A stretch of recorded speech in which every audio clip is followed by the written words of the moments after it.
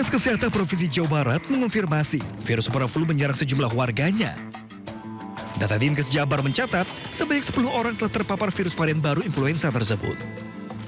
Ke-10 warga tersebut terkonfirmasi pada bulan Agustus hingga akhir tahun 2025. Kini ke-10 warga telah pulih. Virus superflu gejalanya lebih lama jika dibandingkan dengan flu biasa. Dengan gejala batuk pilek, demam, dan sesak nafas yang akan lebih berat jika terjadi pada kelompok rentan dan yang mempunyai penyakit bawaan. Bisa sembuh sendiri dengan daya tahan tubuh yang baik. Nah, memang hati-hatinya kepada penyakit apapun ya, itu akan berat pada orang-orang yang mempunyai sistem daya tahan tubuh yang tidak lengkap. Seperti misalnya pada anak balita, yang kedua adalah pada lansia, dan ketiga pada orang-orang yang punya komorbid, hipertensi, diabetes, jantung, begitu. Semua penyakit pun gak hanya influenza tipe A ini, tetap dengan kelompok rentan ini harus lebih melakukan perilaku hidup bersih dan sehat, termasuk cuci tangan setelah melakukan aktivitas. Menkes menegaskan superflu bukanlah virus baru, melainkan varian baru dari virus influenza A yang telah lama dikenal di dunia medis. Virus ini telah ada selama puluhan tahun dan berbeda dengan COVID-19 yang sebelumnya muncul sebagai virus baru, sehingga daya tahan tubuh belum mengenalnya. Maka imunitas masyarakat dinilai sudah cukup tahu karakter virus tersebut dengan risiko dampak berat relatif kecil dan tak perlu menimbulkan kepanikan. Kita udah sangat tahu gimana cara pencegahannya. Artinya, ya kalau semuanya sebelahnya sehat, ya nggak usah pakai masker. Tapi kalau udah ada wartawan sebelahnya yang batuk-batuk, pilek-pilek, ya pakai masker. Sama yang rajin cuci tangan. Nah ini kan masukannya sama sekali. Itu aja yang saya penting buat teman-teman wartawan. Jangan sampai membuat masyarakat panik. Karena ini adalah flu yang sudah kita temui di dunia. Menkes mengingatkan masyarakat untuk tetap menerapkan kebiasaan hidup sehat sesuai protokol kesehatan. Liputan Ayus melaporkan. Pemirsa, beberapa waktu lalu viral di media sosial sebuah warung kopi berdiri di pusat keramaian Jalan Sudirman, Jakarta. Publik sempat mempertanyakan izin usaha dari warung tersebut. Gubernur Jakarta Pramono Anung menyatakan telah mengirimkan surat teguran kepada warung kopi yang berada di kawasan Bundaran HI, Jalan Jenderal Sudirman, Jakarta Pusat. Namun teguran yang diberikan bukan berkaitan dengan izin tempat usaha, melainkan hanya menyasar penggunaan trotoar oleh warkop untuk menempatkan kursi dan meja mereka. Gubernur menegaskan tidak pernah mengizinkan penggunaan trotoar sebagai tempat usaha.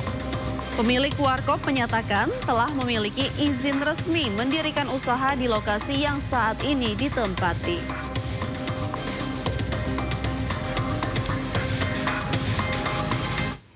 Pemirsa, harga emas Antam mencetak rekor 3 hari beruntun. Hari ini harga emas naik hingga berada di level Rp2.665.000 per gram. Harga emas Antam menguat Rp13.000 dari posisi kemarin dan menjadi rekor tertinggi sepanjang masa. Harga emas mencapai Rp2.665.000 per gramnya. Sementara untuk pembelian kembali, 1 gram logam mulia Antam dihargai Rp2.513.000 per gram. Kenaikan harga emas kali ini justru terjadi ketika harga emas dunia bergerak turun.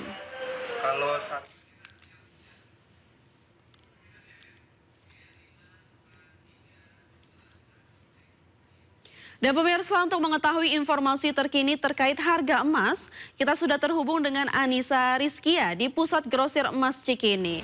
Selamat siang Anissa, menurut pantauan Anda berapa harga emas saat ini di sana?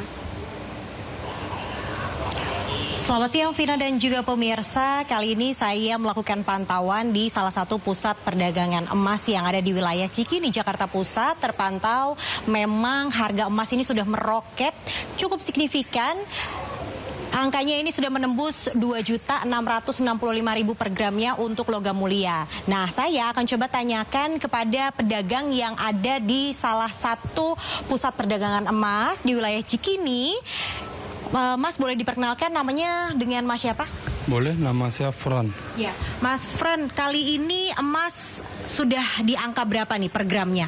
Itu yang kalau perhiasan sekitaran 1.920, kalau antam yang baru sekarang sekitaran 3.060.000. Oke, itu biasanya orang membeli begitu Mas, apakah mereka nantinya akan bisa langsung mendapatkan perhiasan atau nanti ada charge lagi nih Mas? Dia kalau membeli langsung dapat perhiasan. Iya. Oke. Nah, untuk saat ini persentasenya pembeli dan orang membeli atau orang lebih banyak menjual emas karena harga emas ini kian meroket. Kalau saya lihat dari sekarang karena harga emas lagi tinggi, kebanyakan orang menjual emas. Oke. Iya.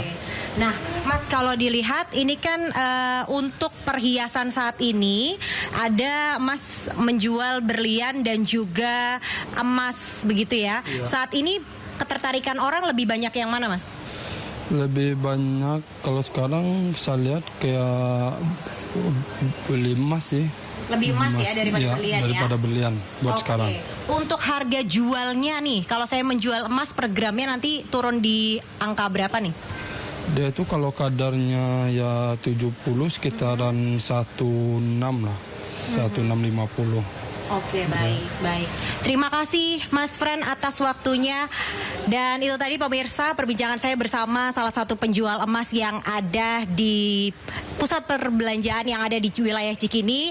Memang beliau ini menuturkan bahwasannya banyak pembeli yang justru menjual emasnya karena saat ini angka dari penjualan cukup tinggi, yang mana emas ini salah satu instrumen yang sering digunakan begitu ya untuk tabungan di jangka panjang karena untuk harganya pun juga kian meroket. Dan untuk sementara saya kembalikan kepada Vina yang ada di studio. Terima kasih Anita Saat laporannya dan selamat bertugas kembali. Pemirsa, penggunaan kecerdasan buatan semakin banyak disalahgunakan. Ujung-ujungnya orang lain yang dirugikan. Buntutnya, pemerintah Indonesia pun terpaksa memblokir penggunaan chatbot milik miliarder Amerika Serikat Elon Musk akibat penggunaan deepfake seksual tanpa persetujuan. Menurut Menkomdigi Mutia Hafid, deepfake seksual tanpa persetujuan bukan sekedar fitur tambahan teknologi, melainkan pelanggaran hak asasi manusia yang dibungkus kecerdasan buatan.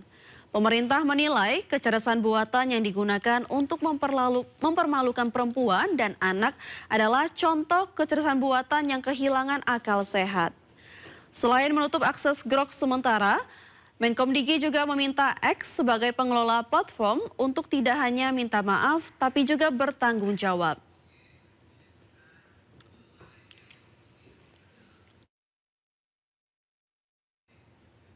Tak hanya Indonesia, pemirsa, pemerintah Malaysia juga mengeluarkan kebijakan memblokir sementara akses ke Grok. Grok disebut kerap disalahgunakan untuk menghasilkan gambar tidak senonoh hasil manipulasi yang melibatkan perempuan dan anak di bawah umur. Pemerintah Malaysia memblokir sementara akses ke chatbot kecerdasan buatan Grok. Grok yang merupakan chatbot AI yang dikembangkan oleh Sai milik Elon Musk. Komisi Komunikasi dan Multimedia Malaysia menyatakan pemblokiran dilakukan setelah pemberitahuan resmi dikirimkan kepada X Corp dan Sai pada 3 dan 8 Januari 2026. Pemberitahuan tersebut menuntut penerapan langkah-langkah perlindungan teknis untuk mencegah penyalahgunaan platform.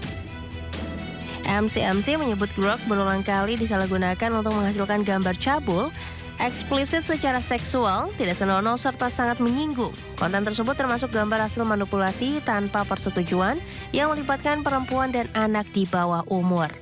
Malaysia menegaskan pembatasan akses akan tetap berlaku hingga sistem perlindungan yang efektif diterapkan, khususnya untuk melindungi kelompok rentan. Sebelumnya Indonesia menjadi negara pertama yang memutus akses sementara terhadap Grok. Menteri Komunikasi dan Digital Mutia Hafid menegaskan langkah tersebut diambil untuk melindungi masyarakat dari risiko pornografi palsu berbasis kecerdasan artifisial. Pemerintah Indonesia menilai praktik deepfake seksual non-seksual sebagai pelanggaran serius terhadap hak asasi manusia, martabat serta keamanan warga di ruang digital.